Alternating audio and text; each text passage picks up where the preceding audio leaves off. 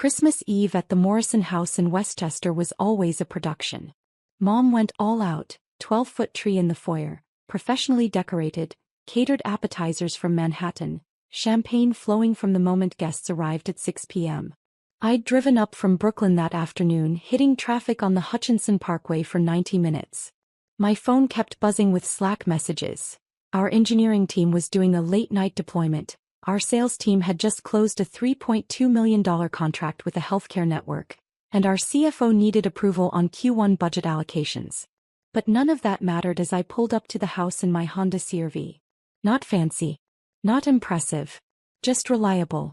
My brother Jake's BMW M5 was already there, gleaming in the driveway like a status symbol. So was Dad's Lexus and my sister Claire's Mercedes SUV. I grabbed my overnight bag and the wine I'd brought. A nice Napa cab, $80, which I knew Mom would passive-aggressively comment on as thoughtful but modest, and headed inside. Rachel. Mom appeared in a red cocktail dress and heels. She looked me up and down with barely disguised disappointment. You wore jeans. I glanced at my outfit. Dark jeans, a cream cashmere sweater and boots. Hi Mom. Merry Christmas. We have guests.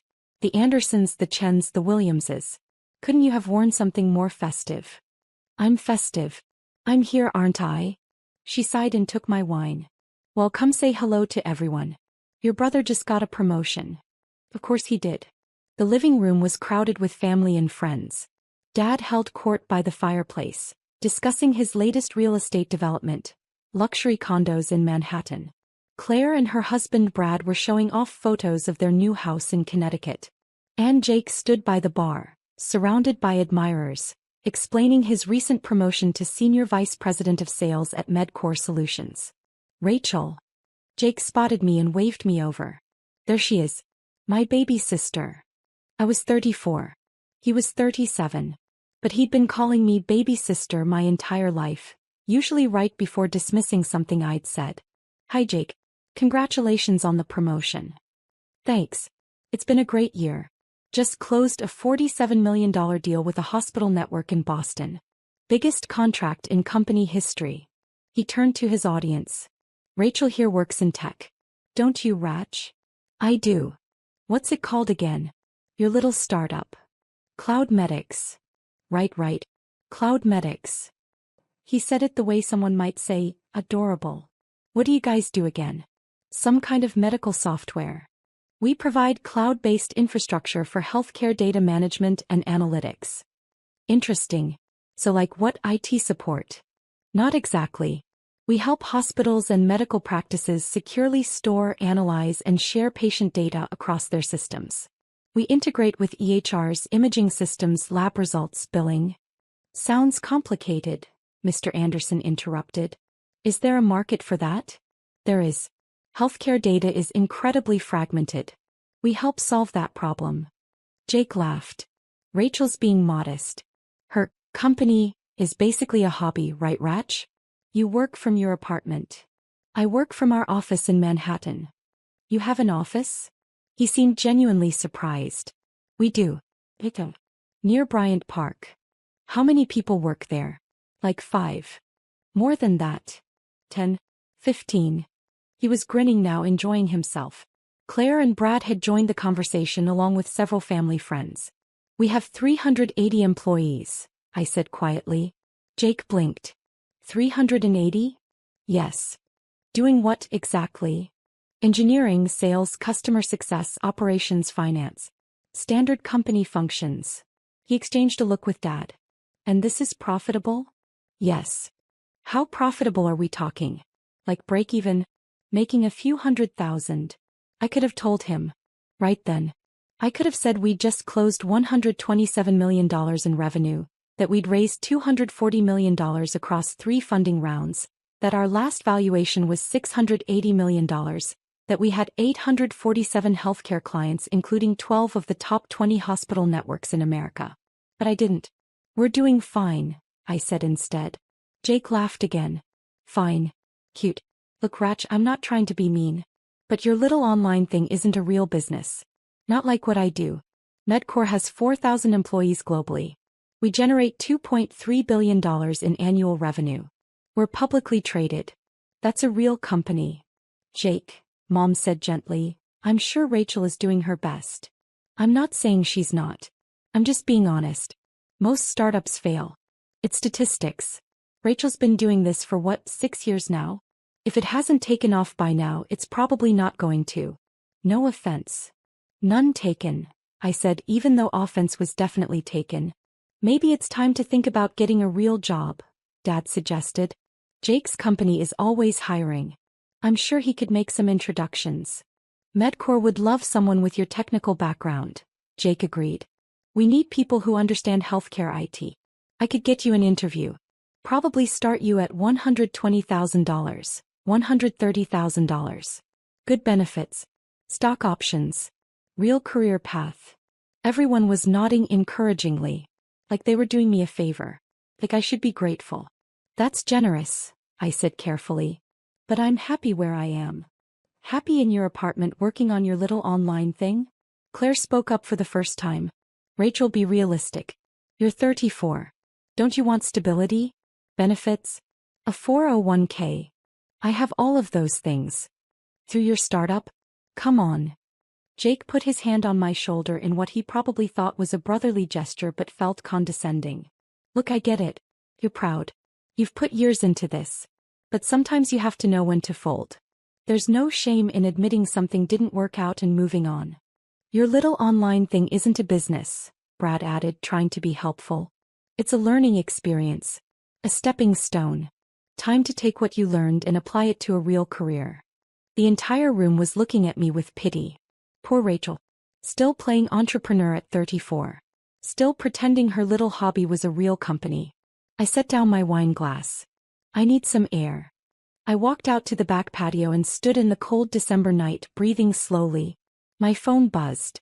A Slack message from my COO David Martinez. David, deployment successful. 0 downtime. The engineering team crushed it. Me, excellent. Tell them great work. David, how's the family thing? Me, about as expected. David, they still think you're unemployed? Me, they think I'm running a hobby business from my apartment. David, incredible. When are you going to tell them? Me, I'm not. Let them figure it out on their own. David, you're evil. I love it. I went back inside after 20 minutes. The party had moved on to other topics. Nobody asked where I'd been. The thing is, they had good reason to be skeptical 6 years ago. In 2019, I'd quit my job as a healthcare consultant at Deloitte to start CloudMedix. Everyone thought I was insane. I'd had a 6-figure salary, partnership track, excellent benefits. And I'd walked away to solve a problem that most people didn't even know existed. Healthcare data was a nightmare. Hospitals had separate systems for patient records, imaging, lab results, billing. Nothing talked to anything else. Doctors wasted hours trying to find information. Patients' records were incomplete.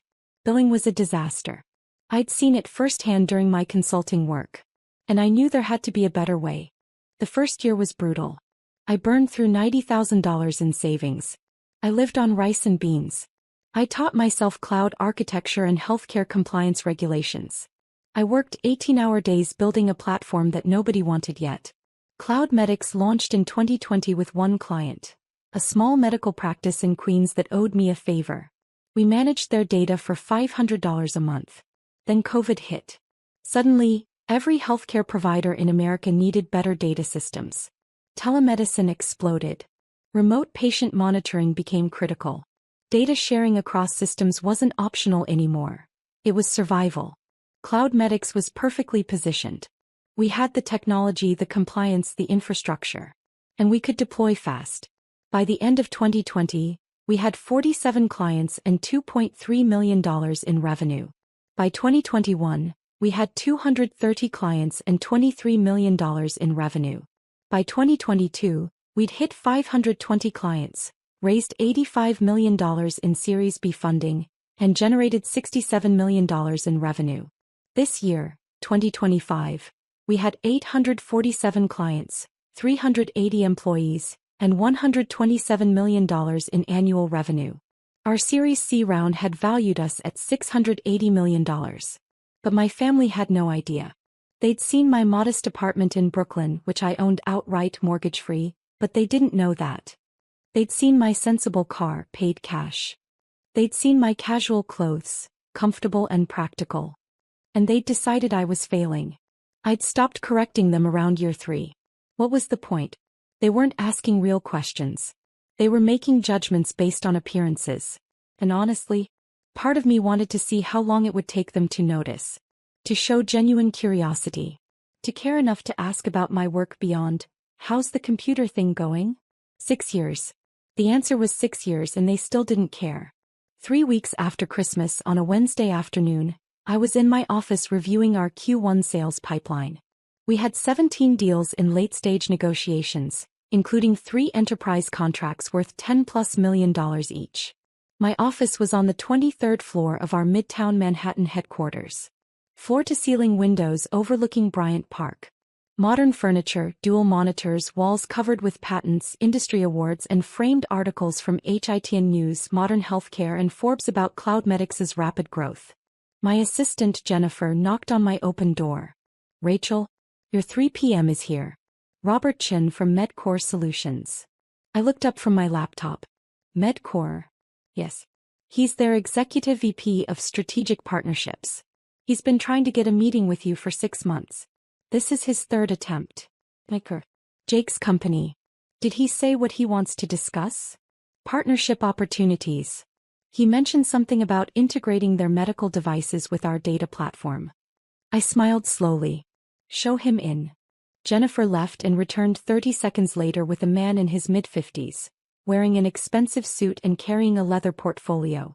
He was already talking as he entered. "Ms. Morrison, thank you so much for finally agreeing to meet. I know your schedule is." He stopped mid-sentence. He'd just seen my face. The color drained from his cheeks. "Mr. Chin," I said calmly. "Please have a seat." He stood frozen in the doorway, his mouth slightly open. You're Rachel Morrison?" "I am. And you're Jake Morrison's boss, correct?" Yes. I'm the Executive Vice President of Strategic Partnerships at MedCore Solutions. Jake reports to me." "I know. He mentioned his promotion at Christmas. Congratulations on the Boston deal, by the way. $47 million. Impressive." Robert Chen's hands were visibly shaking as he walked to the chair across from my desk and sat down stiffly. He set his portfolio on his lap but didn't open it. "Jake is your brother," he said slowly, like he was processing information in real time. "He is. And you're the CEO of Cloudmedix." "Founder and CEO, yes." "Jake never mentioned. I had no idea you were related." "Jake doesn't know what I do. None of my family does, really. They think I run a small hobby business from my apartment." Robert Chin blinked several times. "A hobby business. That's what they call it. My little online thing." He opened his mouth. Closed it. Opened it again. "Ms. Morrison, Rachel, I need to apologize. At our office, Jake talks about his family occasionally. He mentioned he had a sister who plays entrepreneur with some tech startup. He made it sound like you were struggling.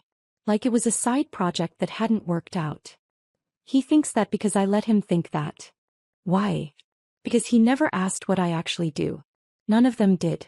They saw how I dressed, where I lived, what I drove, and decided I was failing. They never bothered to Google my name or my company. They just assumed."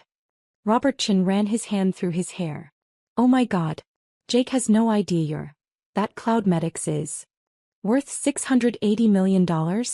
No, he doesn't. I don't even know what to say. We've been trying to partner with Cloudmedix for over a year. We see you as the future of healthcare data integration.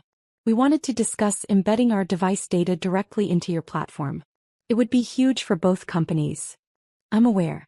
I've read your proposals. All 3 of them. And I've been considering it. Your medical device technology is excellent. Your market reach is impressive. A partnership could work." "Could work," he repeated. "Not will work. I need to be sure any partnership serves Cloudmedix's mission and our clients' needs. That comes before everything else." "Of course. Absolutely." He finally opened his portfolio and pulled out a presentation deck. "I prepared a full proposal. Market analysis, integration specs, revenue projections. Mr. Chin, before we discuss business, I need to address something." He looked up. Yes. Jake can't know about this meeting.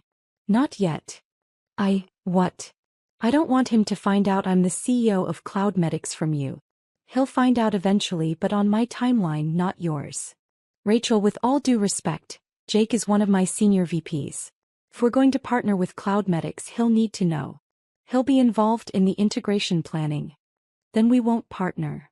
He stared at me. You're serious? Completely serious. My relationship with my family is complicated. I'm not ready for them to know what I've built. Not yet. That's a deal breaker for Medcore, I understand. But those are my terms. Robert Chin sat back in his chair, processing. How long do you need? I don't know. Maybe a few months. Maybe longer.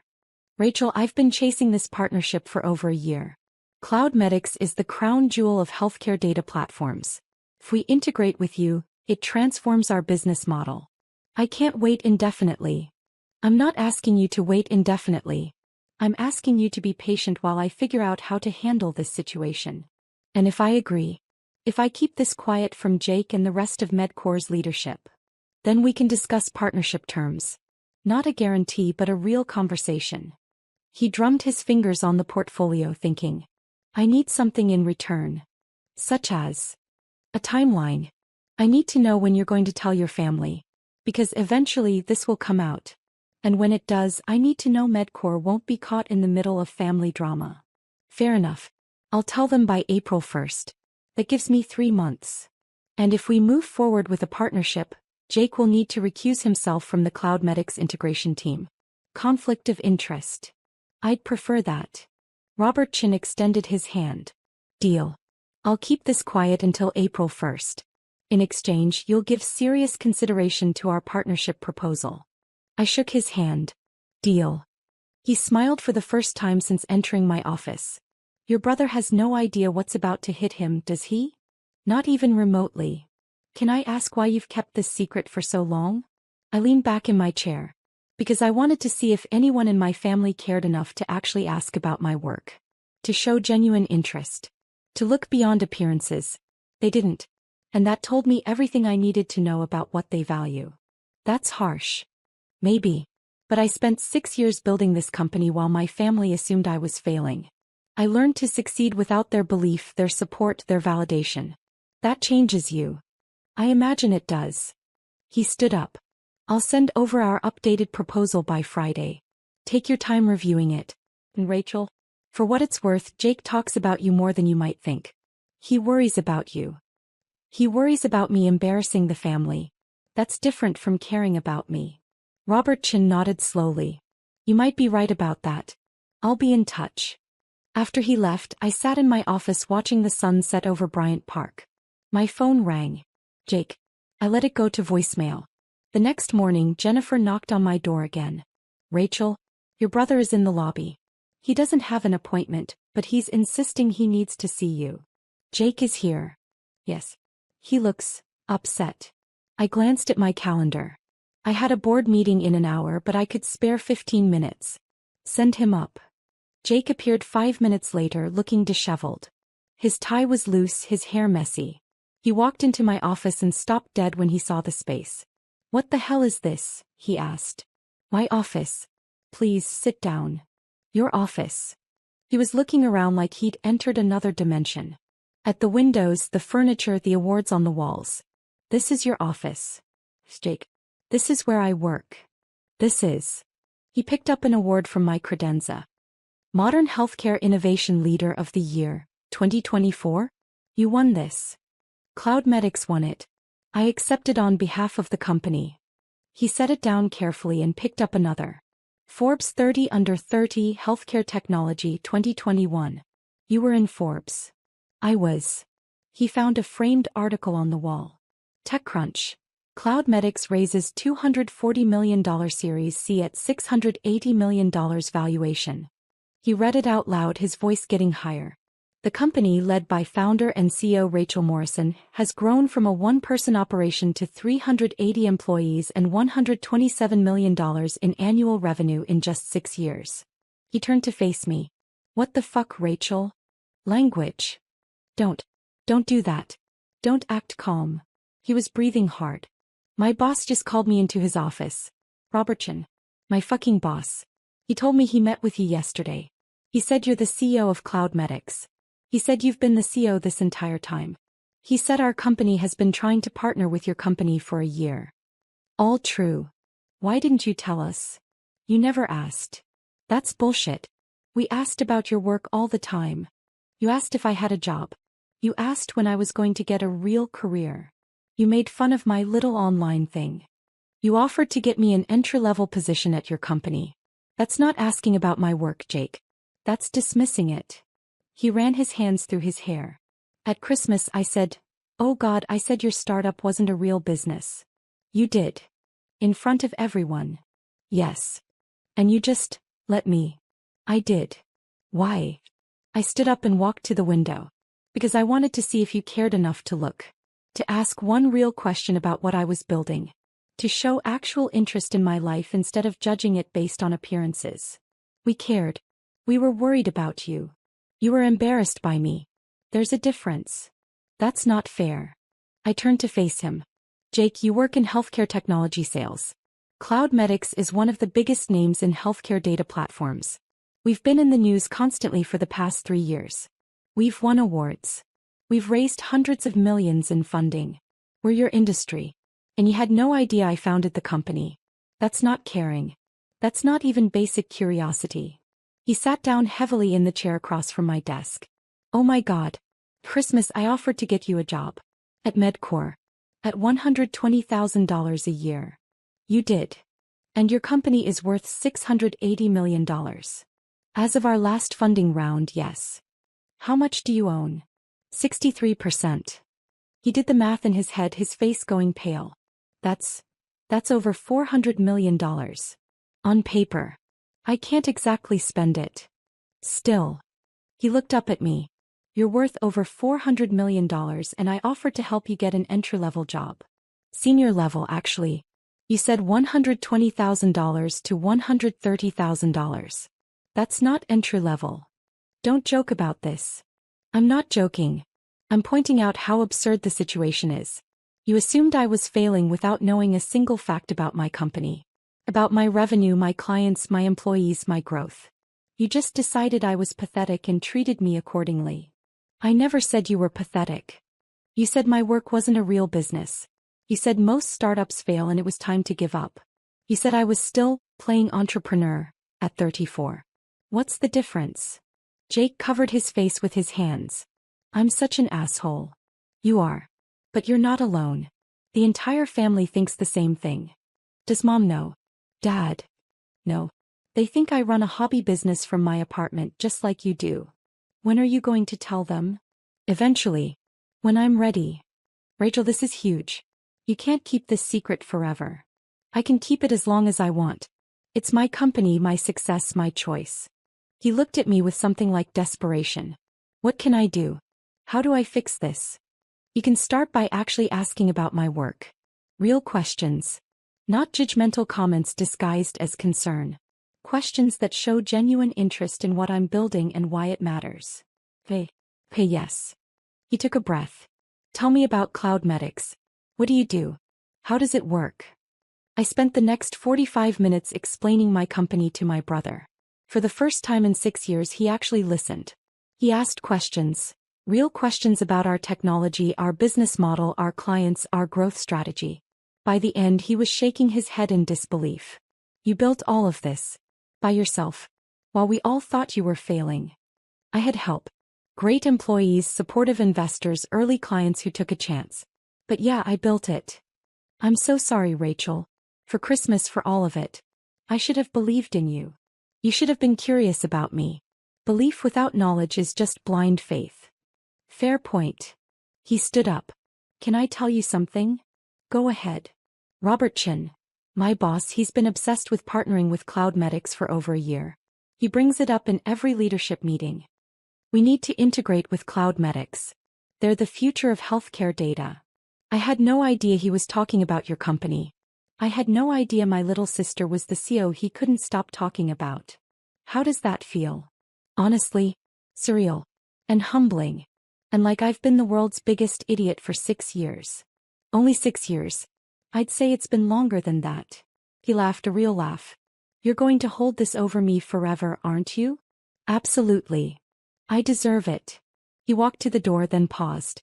Are you going to partner with Medcore? I'm considering it. Your technology is good. But I need to make sure any partnership serves my clients first. Of course. That makes sense. He hesitated. For what it's worth, I'm proud of you. I should have said that years ago. I'm proud of you. Thanks, Jake. When are you going to tell Mom and Dad? Soon. Maybe at Easter. I haven't decided. They're going to lose their minds. I know. After he left, I sat in my office for a long time processing. My phone buzzed. A text from David Maisu. David, how'd it go with Jake? Me, about as expected. He's in shock. David, is he going to tell your family? Me, I asked him not to. We'll see if he can keep his mouth shut. David, $20 says he tells everyone within 48 hours. Me, deal.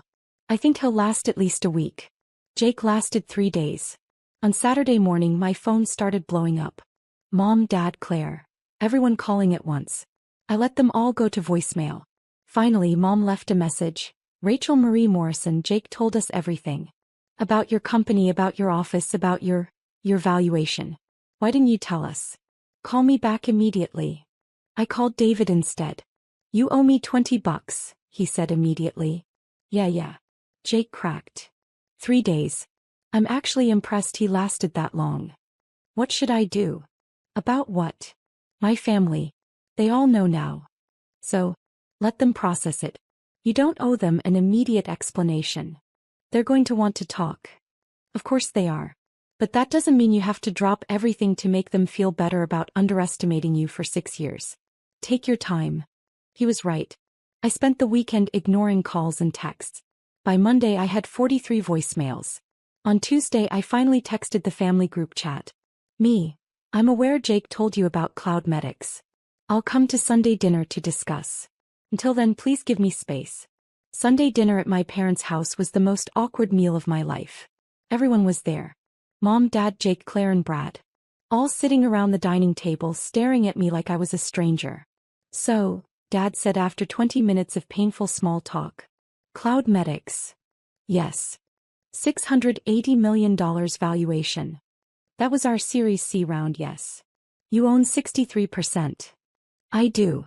That makes your stake worth roughly $428 million. On paper. I can't access that money unless we have a liquidity event. Mom set down her fork. Why didn't you tell us? You never asked. That's not an answer. It's the only answer I have, Mom. For 6 years I talked about my company at every family gathering. And every time you dismissed it. You called it a hobby. You suggested I get a real job. You compared me unfavorably to Jake and Claire. You never once asked what I was actually building. Because you lived in a tiny apartment. Claire interjected. You drove an old car. You dressed like a college student. How were we supposed to know you were successful? By asking. By showing curiosity. By caring enough to look beyond appearances. Dad shook his head. This feels like a test we didn't know we were taking. It wasn't a test. It was just life. My life. And you weren't interested in it. That's not fair, Mom said. We love you. We've always loved you. You loved the version of me you wanted me to be.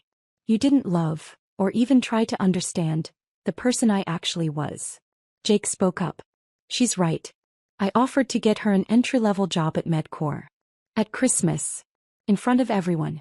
Like I was doing her a favor. I'm the senior VP of sales at her company's potential partner, and I didn't even know she existed. That's different, Dad said. How? Jake works in medical devices, not healthcare data. It's a different sector. Dad, Cloud Medics is in every major healthcare trade publication. We've been featured in Forbes, TechCrunch, Modern Healthcare. Rachel won Healthcare Innovation Leader of the Year. If I'd cared enough to pay attention to my own industry, I would have known who she was. The table went silent. So what happens now? Claire asked quietly. Now. I looked around at my family. Now you know the truth. I built something extraordinary while you all assumed I was failing. That changes our relationship. How? Mom asked. I don't know yet. I need time to figure out how to be part of this family now that you know who I actually am. We've always known who you are, Dad protested. No, you didn't. You knew who you assumed I was. Those are very different things. 6 months later, CloudMedix partnered with Medcore Solutions on a landmark integration project worth $85 million over 5 years. Robert Chin led the negotiations. Jake recused himself from the project due to conflict of interest. The partnership was announced in the Wall Street Journal. The article mentioned that I was Jake Morrison's sister, a detail that apparently shocked several people in the healthcare tech industry who knew us both. My family and I are still rebuilding. Slow, awkward work. Mom asks about the company now. Real questions about our technology and our clients. Dad reads every article about CloudMedix and sends me thoughtful emails. Claire and I have coffee once a month where we actually talk, not just exchange pleasantries. Jake became my biggest advocate. He tells everyone at Medcore about his genius CEO sister. It's a little much, but I appreciate the enthusiasm. Last month, Forbes ran a profile on me, the healthcare tech CEO who built a $680 million company in silence. They interviewed my family. Jake said, I underestimated my sister for years. That's my biggest regret. She taught me that quiet competence builds empires. Mom said, we didn't see what was right in front of us. We won't make that mistake again. Dad said, my daughter succeeded despite us, not because of us. That's something I have to live with. I framed all 3 quotes. Not because I needed their validation, I'd stopped needing that years ago. But because they were finally telling the truth. And truth, even delayed, is worth celebrating.